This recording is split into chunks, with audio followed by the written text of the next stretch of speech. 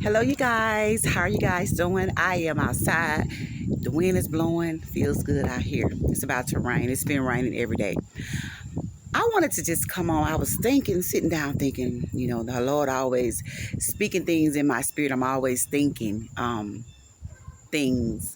And I just heard the Lord say, what really is it? What really is it? What is the problem? And I want to ask that question to you. What really is the problem?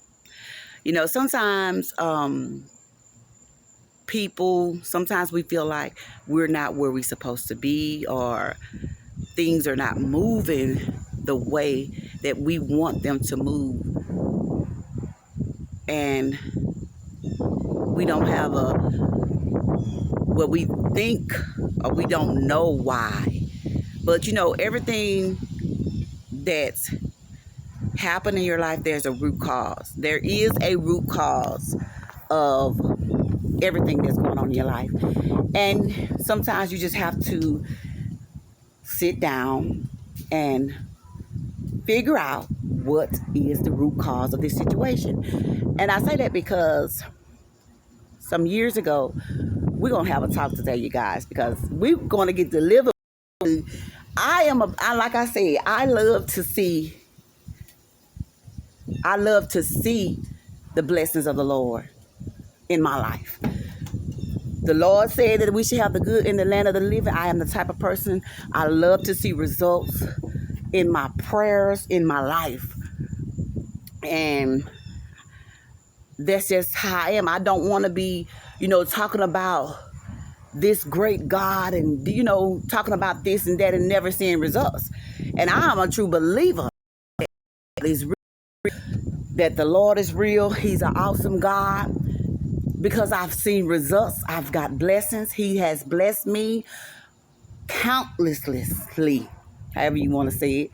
And I'm so grateful. But we need to figure out what really is the problem. Is it fear? Is it, you don't have the money, you don't have the supporters, you don't have the the information, or the references, or the connections? Is what really is it? And we have to figure out what it is. And I was about to say, I'm just walking back and forth, you guys, because it feels so good out here. But I was about to say, some years ago, I hadn't dated in like 13 years by choice. And I never forget, I met this guy and we started dating. But before him, I hadn't dated in 13 years. And he was an awesome person, good person, good provider, everything. We was dating to marry, and a lot of things we discussed and everything. But his mom was his problem. She didn't have anyone to take care of her, and that was his situation or whatever. But to make a long story short, we ended up breaking up. And at that moment in my life, I began to ask God, why am I attracting the same type of men? I haven't had a lot of men. I haven't dated a lot of guys. But still, even though I was single for 13 years, I wasn't working on myself. I was saved in the Lord, loving God, and just having an awesome life in God. But I never knew, because, I never knew to just work on myself, go through healing and things of that nature. But it wasn't until I had that experience after being single for 13 years, dating this man for a year. And all of a sudden, you just come and tell me we need time apart so that we can learn who we are. I know who I am. But it wasn't about me. It was about him. Because even after that, he was still by me stuff on Valentine's Day, birthdays, until I had to tell him, look, you walked out of my life. I don't want nothing from you. Stay out of my life, because I really did truly have feelings for him, and by him continuing to bring me things wasn't helping me heal. But it wasn't until then I began to look at the guys that I have dated.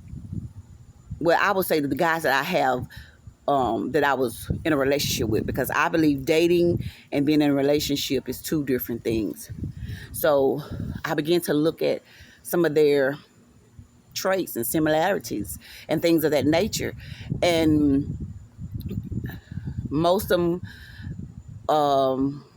they was good men, but still they had some of the same similarities, just dressed up differently. So then I began to pray and ask God to heal and deliver me, because a lot of times we're praying about other people, but it's really about ourselves. It's really we need to pray and ask God to, do something within ourselves. So I feel like I had something over there in my eye, but yes. And get back to what I'm saying. That is what we have to do when we're, when you just feel like you lacking something in life. It could be anything, whatever it is. It could be anything. You need to sit down and figure out what is the root cause of this. If you feel like every time you get paid, you don't have money. First of all, watch your words, because life and death lies in the power of our tongue. And a lot of times people speak stuff. As soon as I get paid, I'm broke. You speaking this stuff. Stop saying that type of stuff over your finances, over your life. I don't even let people. I remember, let me tell you guys, my sister was sick when we was in our 20s. I wouldn't even allow people to speak negative over her. And people would get mad at me because I would stop them. I didn't care. One man looked at me, he said, "You think you a preacher?" I said, "I don't care what you think. I know what you ain't about to do is speak that negativity over our life." I'm sitting here every day with my sister going through this storm, because didn't nobody know what we was going through. I felt like it was a truck right there in the middle of my chest every day, having to work and take care of her kids and my kids and my mom. And you think I'm finna sit here and allow you to speak all this negative stuff over my sister because y'all, we went to doctor after doctor and ain't nothing happening, and and I'm sitting here believing and trusting God, but ain't nothing happening, and to y'all, you looking at it and y'all don't see any good results, and y'all study speaking negative. I'm not finna do it. No, I had to cancel that stuff down, and I had to stand on the word of God, and I did, and God did just what He promised me. He healed my sister. But when she passed 2 years ago, that was because of something different. She had, passed. So, but yes, we have to get to the root cause of what is it? What is it that is stopping you from doing what God has told you to do? What is it? And whatever it is, then if you don't know, ask God, okay, God, show me. What is it? What He'll show you, show me what is it? What is it causing me to do this? What is it that's causing me to continue to do this? Procrastination. We can pray against procrastination, but at the same time, a lot of times people pray for things and we pray against things, but still we do not want to do the action part. There's a lot of scriptures in the Bible talks about diligence. Y'all, my words may not be coming out right, but y'all know diligent. So, you just have to go in there and look at it. We have to be persistent. And sometimes I understand, because y'all trust me, I lost 50 pounds after my sister passed, and I have gained probably like 30 of it back. And I want to start back working out, and I am, but just with a lot of things going on, I haven't had the motivation to do so, but I'm about to press myself to do so, because I know that in order for me to see the results that I want to see, I have to put in the work. And see, that's a lot of times, I'm my tongue. I don't know if I want to speak in tongues or what's going on with my tongue, you guys. But a lot of times we don't want to do the work because it's hard. Yes, it's hard. It's hard putting down something you like to eat. That's good, and for these healthy vegetables and fruits and things. But I know that it's best, because I felt a whole lot better. When I lost that 50 pounds, and it just make you feel good. But at the same time, again, I want to ask you guys, what is it? What is it? What is the real problem? And whatever is the real problem, you have to address that problem. Address it. And let the devil know that no weapon formed against you shall prosper. No fear. We cast out fear. Because let me tell you something. A lot of times, people is fearful because they're afraid of the unknown. If I step out here, what if? What if this don't happen? If I do this, what if this happen? If I quit my job, what if my business don't, prosper? And then I got all these bills left. Let me tell y'all something. Because my sister passed in 2 years, a little bit, months after this. But when my sister passed, my mom had a stroke before my sister passed. And God allowed my mom to come home and live with my sister for a month.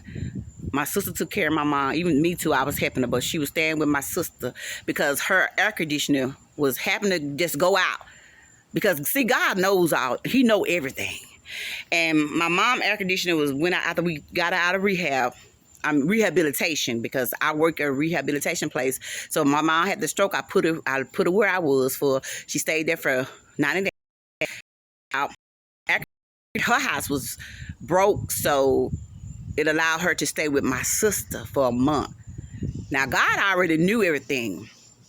And I kept asking my sister, I said, do you want me to bring mama home with me? And she was like, no, I got her. Why? I'm like, even though I was going over there every day, and I'll never forget the day that I was so tired. And my sister said, you ain't got to come. You can come tomorrow. I say, no, I'm coming. And I'm so glad I came, you guys, because my sister passed the next day, and I didn't even know. We didn't know she died on my mom's and my granddaughter's birthday. But just to make, what I'm trying to say is, I'm going to start talking about that, y'all. Sometimes I'm a crybaby. I can watch something on TV. If I can see somebody building a homeless person a house and I'm crying. I'm very empath and I love to see people blessed. But I was never forget it. I had took off of work for about a month. And I brought my mom home with me. And it was getting close to me to go back to work. I went. A family member had a funeral, and I had went to that. Me and my mom, my dad is out of my family. They treat my mom like family. But she was telling me about some HMCC, whatever we have at work, time or something like that. But I went back to work, and I got that. So one night, my mom was on one sofa, I was on the other sofa. And I was thinking in my mind. And I said, Lord, I got bills to pay. I got, I still got to work, And so I said, I don't know what I'm going to do. I say, but I'm going to go to work.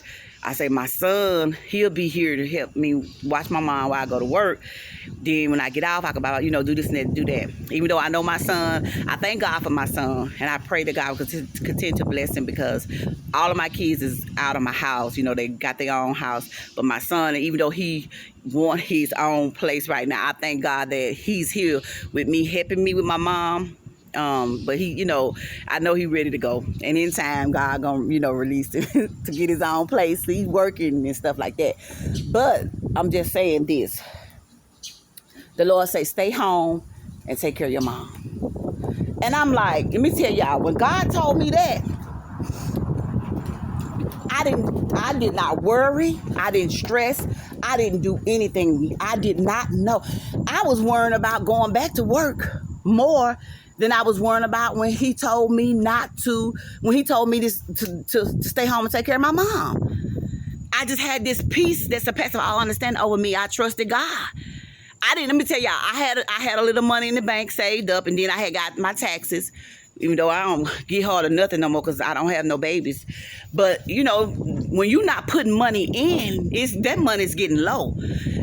That money, it wasn't because I was like, oh, I got a few $1,000s in the bank. That wasn't it, because I knew still that money was going to be gone. I didn't know what God was going to do, you guys. I did not know. But I tell you what, I trusted him. And when I tell you, God blew my mind, he blew my mind, baby. I'm going to take care of my mom. You know, I'm going to take care